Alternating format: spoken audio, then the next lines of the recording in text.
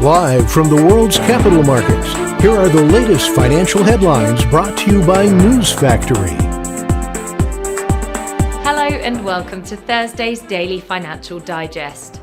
And here's what's making the headlines in the markets today. The Bitcoin got a slight bump of 0.1% against the dollar in the last session. The ultimate oscillator's negative signal is in line with the overall technical analysis. The euro-dollar pair fell 0.5% in the last session.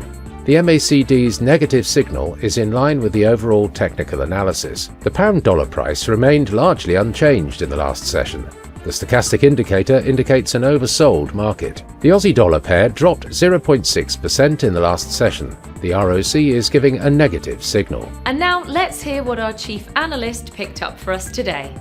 Apple's dependence on China for manufacturing could drastically drop within the next 5 years, with revenue from products manufactured in the country projected to plummet to less than a third, analysts said. The European Bank for Reconstruction and Development said it expected Russia's economy to grow in 2023, thanks to rising oil prices, having forecast a contraction earlier this year. Failed crypto lender BlockFi Inc. won bankruptcy court approval on its plan for shutting down its business, a milestone that could result in customers getting back a portion of what they're owed by the end of the year. Those were today's major economic events. And now, moving on to world financial headlines.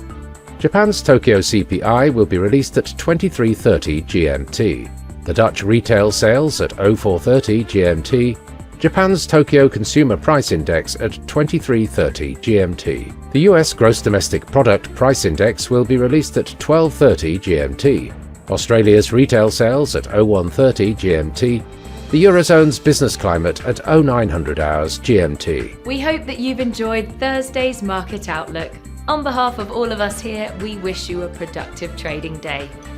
Be sure to join us tomorrow morning for the latest news and events from the financial markets.